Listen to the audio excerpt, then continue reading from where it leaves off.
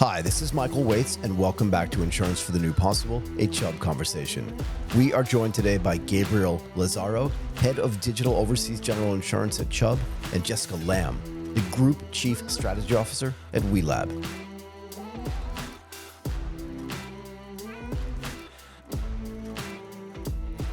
Thank you both so much for doing this. I really appreciate it. Thank you for your time. Thank you, Michael. Thank you, Jessica. Michael. Jessica, let's start with you. Can you give us a little bit of your background just for some context? 13 fantastic years in investment banking. A lot of miles, a lot of years, a lot of exciting adventures in Hong Kong, London, and Singapore. Oh, wow. As they always say, the grass is always greener on the other side. It is. And so I took a plunge and tried to do something extremely different and went from very large corporation to a FinTech growth stage company.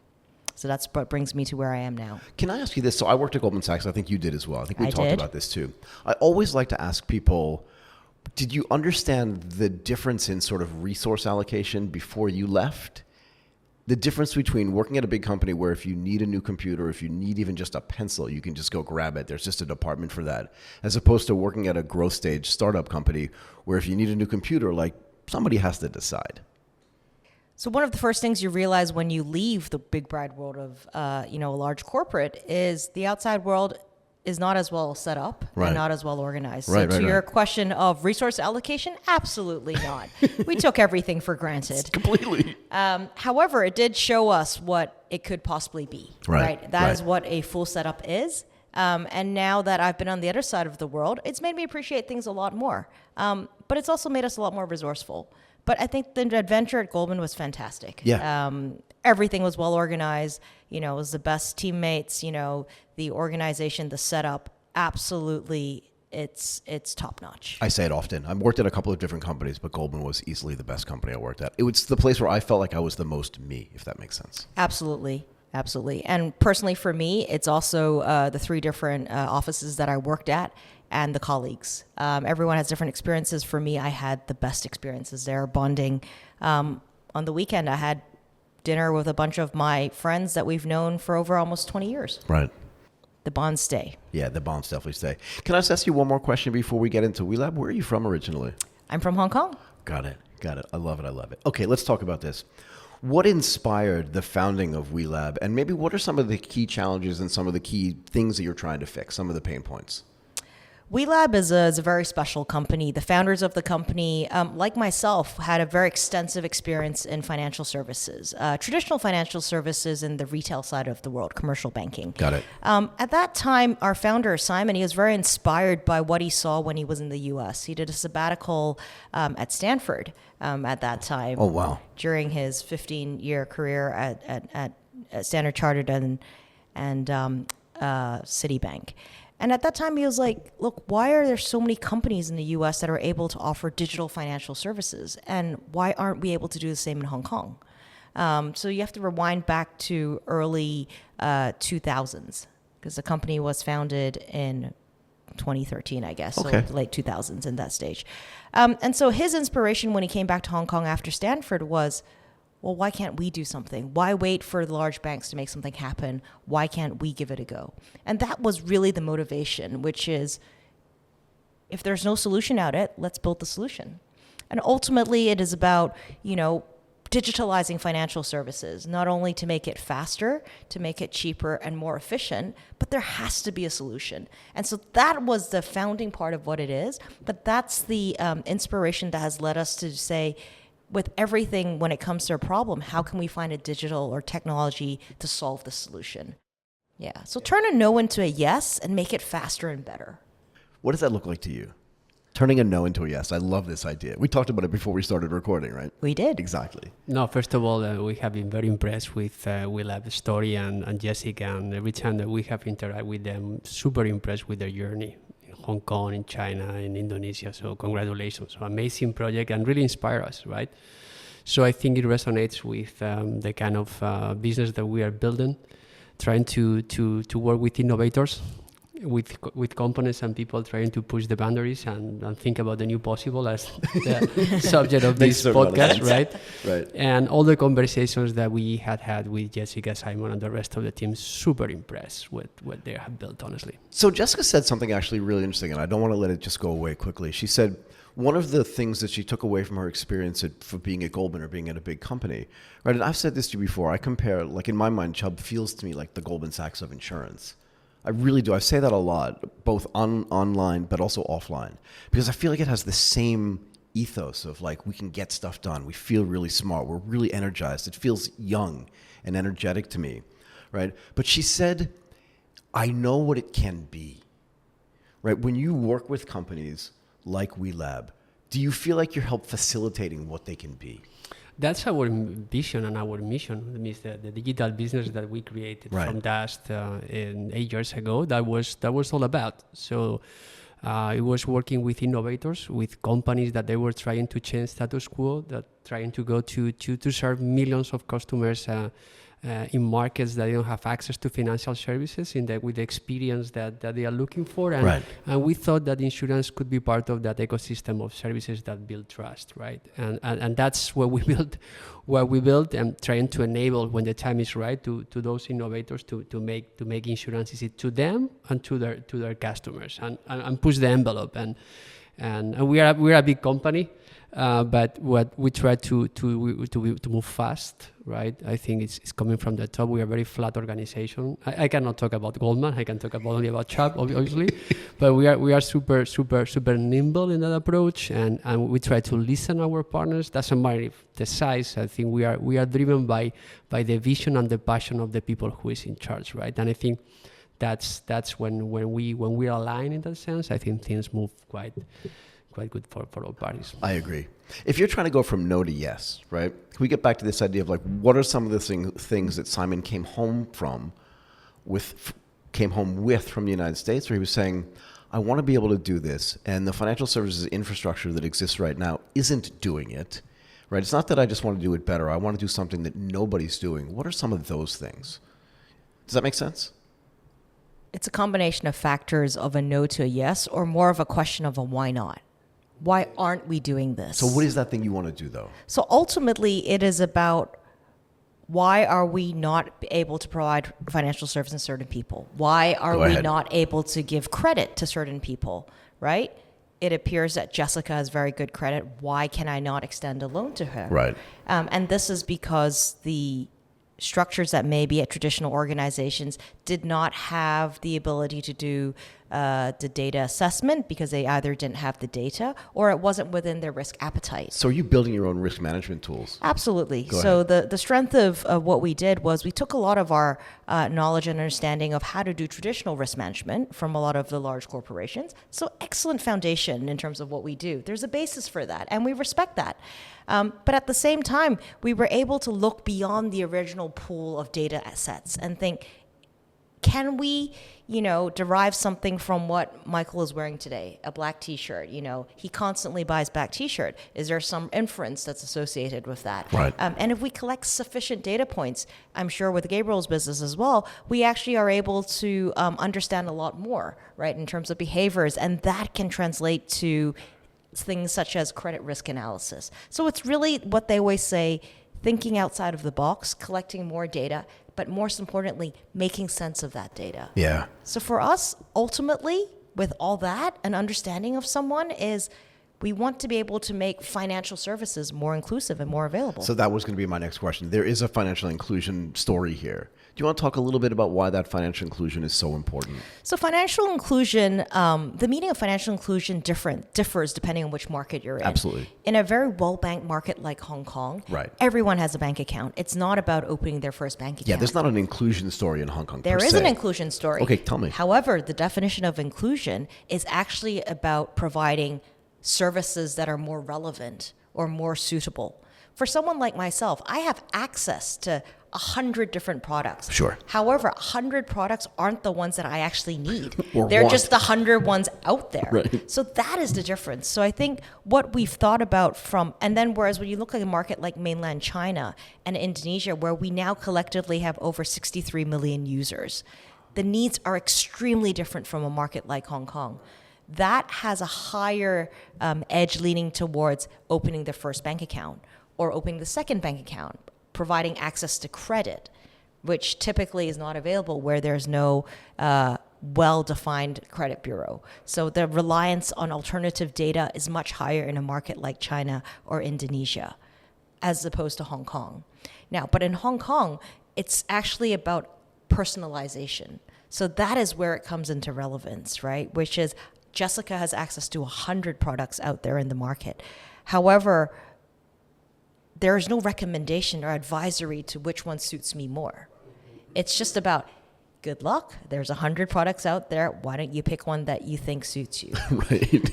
So I think as we continue to see the advancement of how we use data and how financial services and hyper-personalization becomes more relevant, whether it's in wealth management, whether it's in insurance, anything to do with personalization, this is where the application of data and where we use AI and technology will become more relevant. Do you want to talk about the AI part of this, or do you want to talk about the relevance as well from your perspective?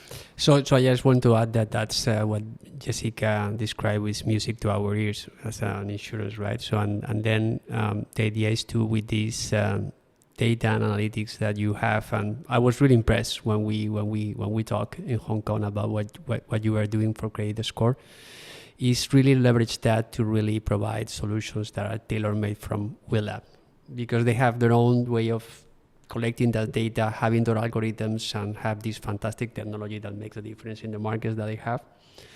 And just to complement Jessica, I think, Michael, we talked about it, right? And resonates with one survey that we did, I think a couple of months ago it was released, right? We talked about it, yes. That almost 85 for the FinTech professionals that we interview, more than 300 worldwide, they think that embedded insurance is a must-be as part of this, that credibility that it brings. And I think 73% of the consumers, they think that they bring trust into the offering, right? So I think that's important when you are building the kind of the fantastic WeLab story that Jessica described. I think at a certain point of time, it makes sense to think about insurance. Could be with chat with others. Hopefully, we'll be with chat. but I know you have other partners, and that's great. But I think it's part of the ecosystem of solutions, right, to bring that inclusion, especially in this part of the world. So I want to go back to this story of Simon, right, coming back from the United States. No, only because I think it's relevant to what we're talking about today. Back in 2013 and 2014, nobody in this room would have had access to any sort of relevant artificial intelligence tools that we could use at scale. But that's now completely different. So I'm really curious, because you've also mentioned something that's very important to me, and that's hyper-personalization. I often ask people, right, and I actually asked somebody at a big e-commerce company, how do I know what to buy on your site? And he was like, we have 3 million products. And I said, yeah, that's a problem for me, because how do I discover them? How do you use technology? What's the advantage, whether it's AI or machine learning, to get to hyper-personalization so that I get a really curated experience? And instead of seeing 100 products, I maybe see 7. Mm-hmm. When we started the business, we actually, as you said, it wasn't really a well-known topic in 2013 or 2014. At all. So we actually took and sought a lot of guidance from people in other industries in the US or in Europe, telcos in Europe, or we actually talked to some leading advertising executives in the US at that time. How do you work with, different types of technology? And one thing they told us was, yeah, we know how to refine a search engine, SEO, how do we optimize click rates, etc. Sure. It's fantastic. In advertising, what's a good percentage, right, in terms of conversion? Single digits. Yeah, I was going to say 2.5%, 3% is the number that I normally think about. Single digits. Yeah. See, so we took that idea in terms of personalization and tailoring it based on data sets. However, if we're doing a lending business, 2% is terrible. It's terrible, right? It's I really lend bad. out $100 and I get $2 back? Right. That's terrible. Or I meet 100 potential customers and only get 2 of them to convert. That's terrible. That's also terrible. Yes. But more importantly for us, it is about how can I lend out 100% and collect 99%, if not Sure. 100%. Sure. So, but we took a lot of references from other industries in terms of how they did a lot of the optimization, but flipped it around based on what we don't want. right, in terms of the funnel. Right. And also with telcos, a lot of the advertising. So I think when you think about banking, we also need to look at it from how do other industries do it. It's not just purely looking at traditional banks, because if we do that, there's very incremental improvement in terms of how we built our models and how we did our risk models and how we did our data analytics models. A lot of it was referenced on other industries. Yeah. Do you look at other regions as well? Absolutely. And I always like to ask people if they learn things that surprise them. Absolutely. So when you go and talk to advertising executives and you're trying to, like you said, flip it on its side, right? Because for them, 2% conversion is great, but what you want is 99. Absolutely. So you have to flip it upside down. I don't want to put you on the spot, but I'm just super curious if there were some specific things that you learned where you were like, I didn't think that was going to be that way. It's important when we are, looking at different markets for market intelligence, whether it's other industries or other countries, Right. because of behavioral changes. But it's also for us to understand, is this just a very unique feature that happens in this part of the world? Or is it this age group? Or is it that time of the year? So we need to think about, are these frictional matters, or is this actually a generational shift that is moving? A few years ago, and this is a trend that we still feel actually will be quite influential in the future, it hasn't quite taken shape as much as we thought it would, but voice. Voice is another feature which we can see in the future of digital financials or digital services becoming more and more important into the ecosystem. How so? So if you think about it right now, everyone is looking at their mobile phone. We're all visually looking at our mobile phone with our eyes and our hands to type and text and do different things. Right. Voice actually adds another element and dimension to what you can do whilst you are still reading something, or if you're still watching a video or something to that effect. It actually lets you do one more aspect and element that you wouldn't have been able to do if you were just typing or reading. I would have said 4 years ago, we thought that this would have taken off much faster as well. And also because voice has a lot of unique indicators from a verification perspective, as well as doing analysis in terms of the speed, the tone, That's to right. understand behaviors. Yeah. But we haven't seen that develop as quickly as we thought it would. And part of it may come down to trust or the ability to use that. However, it is one of the factors we do consider when we are doing data analytics. When someone does customer service and they call, Right. we can retrospectively review that and understand, in terms of the data set of, okay, not only what time do they call, but also the speed at which they speak, right? And then you can tie that to the fraudulent patterns, etc. So it's a lot of data that we've collected over the years, but haven't put that into practice yet. Super interesting. Do you think that voices, because I'm a big believer in voice. My whole life is based around, like, how can I communicate with people with my voice? But I also think it brings a certain level of intimacy and trust as well. And I think you make a really good point here. I'm curious what your thought is on this. When you hear a voice that you trust, are you more likely to do something, which means that you think your conversion rates are higher? Does that make sense? It makes totally sense, right? And data that proves that. But I think what Jessica is tapping into is data sets, right? And now we have the computing power to really process with a scale that it was not imaginable a few years ago. Right. And now think about those hundreds of millions of hours of calls, of interactions that we have with a smartphone. I don't know how many millions of data entries do we have with an app right nowadays. And you combine all that, and you have the process, the capability to extract, to process, and to get insightful analysis. To Jessica's point about, okay, what's the outcome? What can we learn, right? So next time Michael is coming, Gabriel or Jessica, or the profile that we are what are the kind of services that you need, anticipate the need, right? And making sure that the experience gets as much tailor-made as possible across the different products and services that you can have. So I think that's something that it was a kind of a dream a few years ago. Still, we are not there yet, but honestly, it means with the velocity that things are happening, I think we are going to be quite close, and especially in Asia, right? I think in Asia, especially in the is when I see data and really leverage data with a lot of power and applications, right? Go ahead. I would add to that end, this is the innovator's mindset, which is voice may not be a massive thing today, but to have that wherewithal to know that this could possibly be something and be open-minded to consider that. That is something that's extremely important to us as an organization, to encourage the team to think beyond, right? Anything is possible, as you said, right?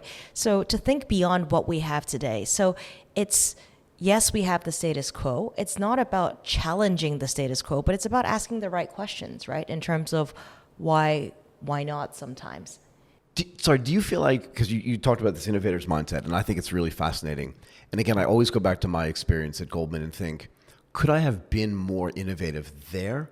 Was it the environment? Was it me? But now that I have my own business and I interact mostly with people that run their own businesses, I feel like the way that I think about business has completely changed, or changed a lot. Do you feel the same way? And you also feel like when you bring people in, you have to kind of guide them into this innovator's mindset.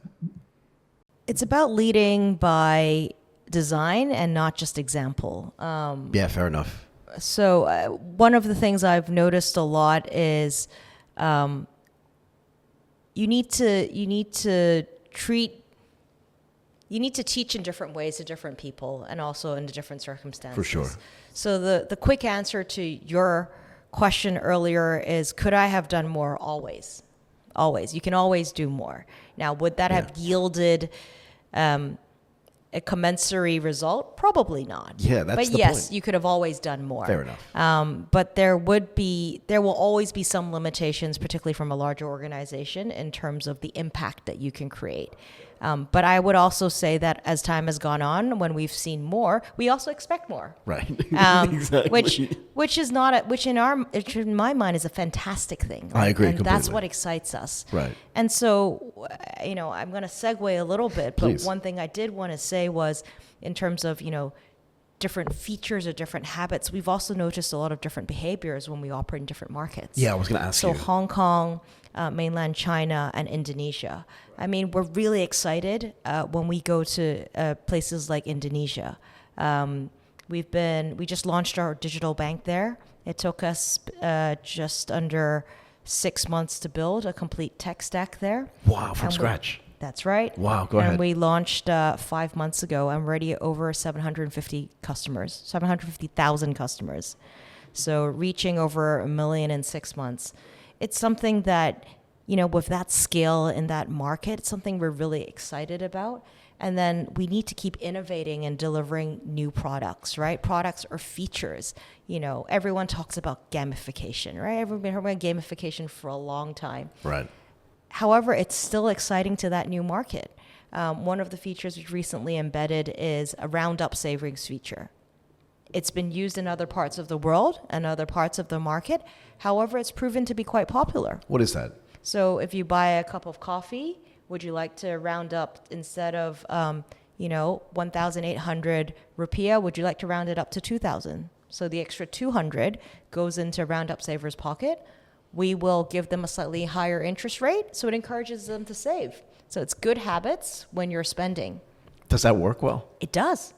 Extremely, extremely popular. I love that. Yeah, Sorry. and we have with a wallet we have that, but now this is Slavar Insurance, right?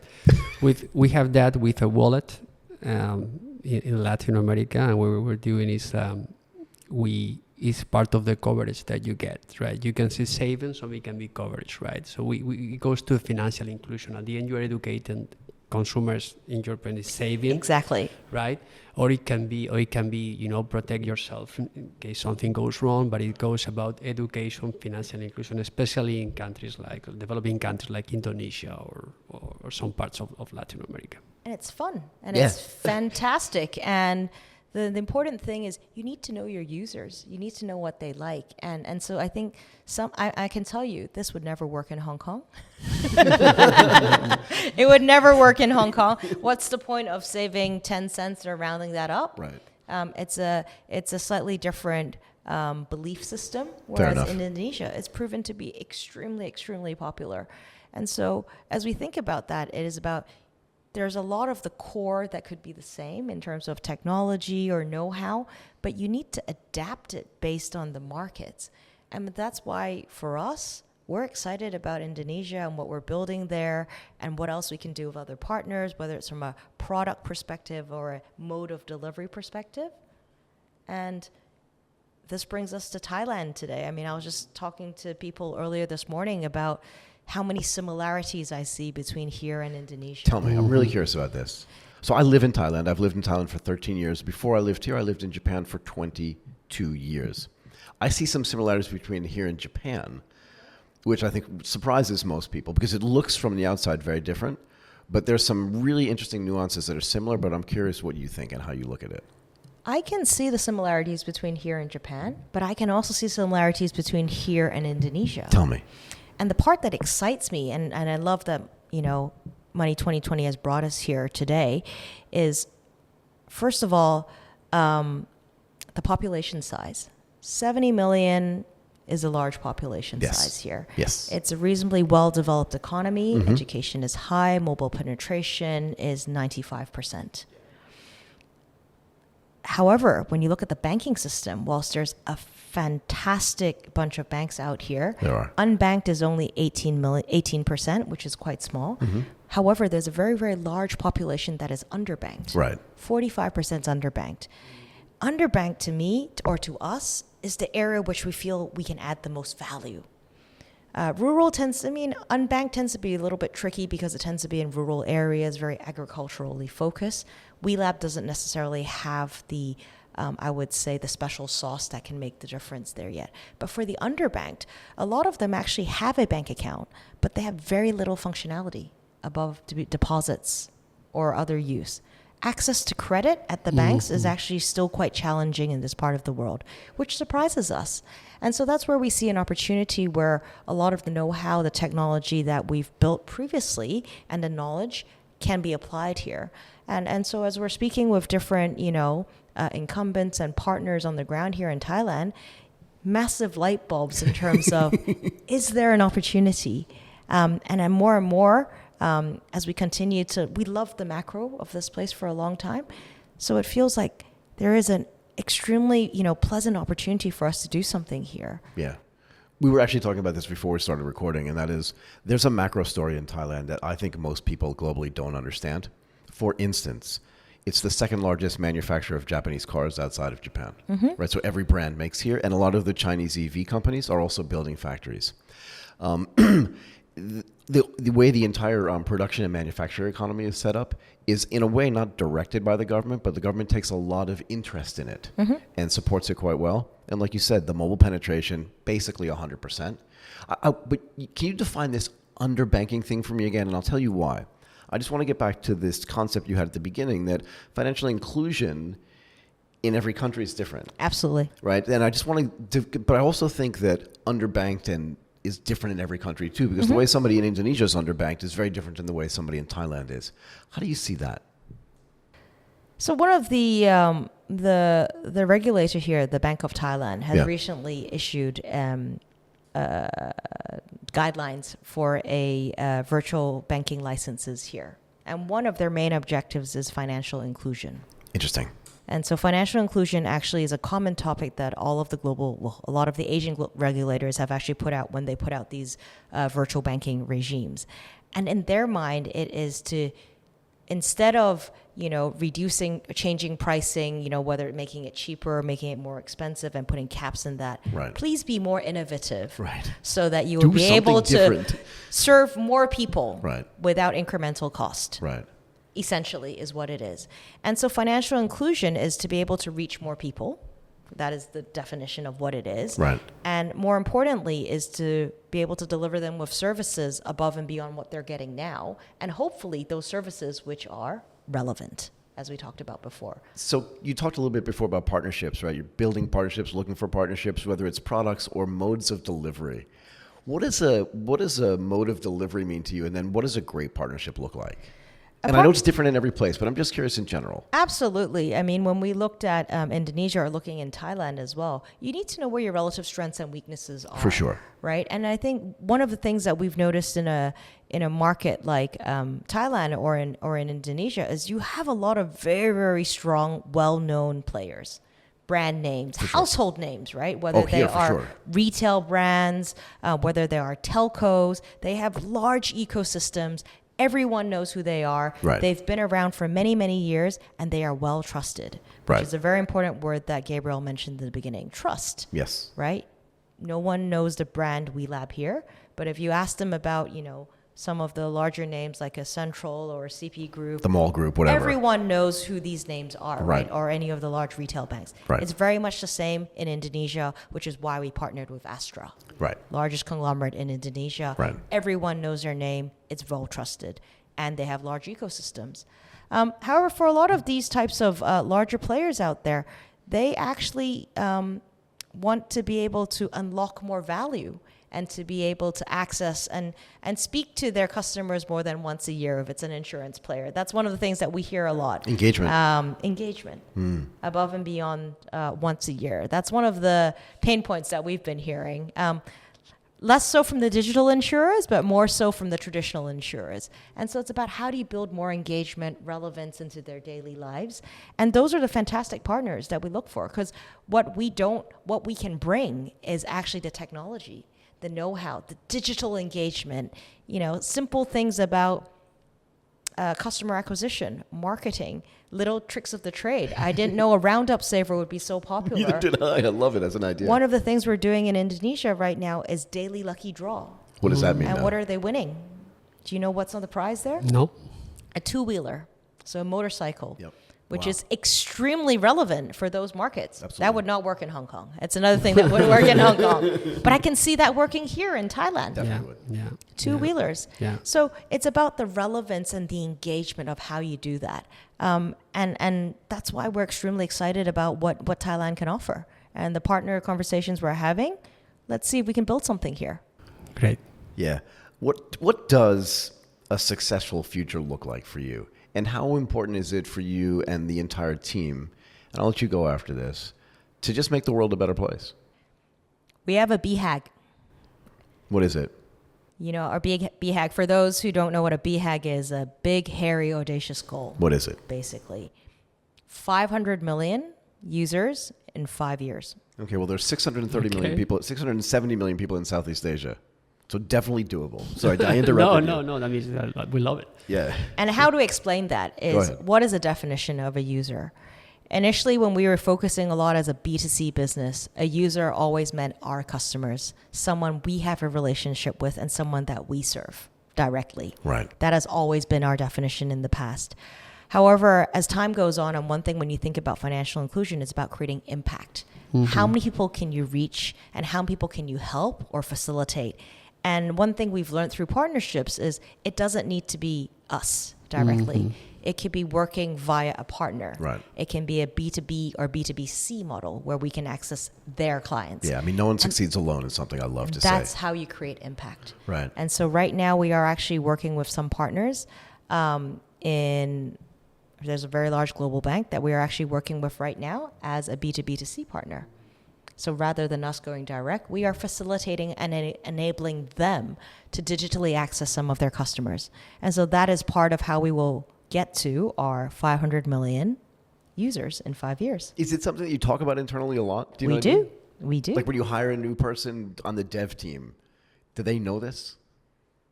We don't really have a dev team. But you don't understand what I mean. It's my team. I just picked a random group. No, you know what I mean? it is something that we do talk about. We actually have a culture book as well that we put out there. But we don't put the BHAG in our culture book. But we explain a lot about innovation and what it means for us to have this. Because that's very unique about WeLab.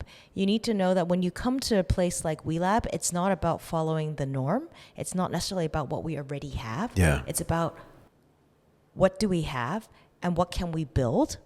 What else can we build to backfill what's missing? Or what can we build for the future to make it even more exciting? And so when we discuss partnerships or even when we talk to someone like Gabriel, it's about, what are the possibilities? What are possibilities? In terms of what we can do. And that is what's exciting. Okay, I'm going to let you both go. Gabriel Lazaro, Head of Digital Business Overseas General Insurance at Chubb, and Jessica Lam, the Group Chief Strategy Officer at WeLab. You sound like you're very excited about this. I really Very much appreciate your so. time. Thank you both. Super impressed. Thank you. Thank you, Michael. Thank you. Gabriel. Thank you.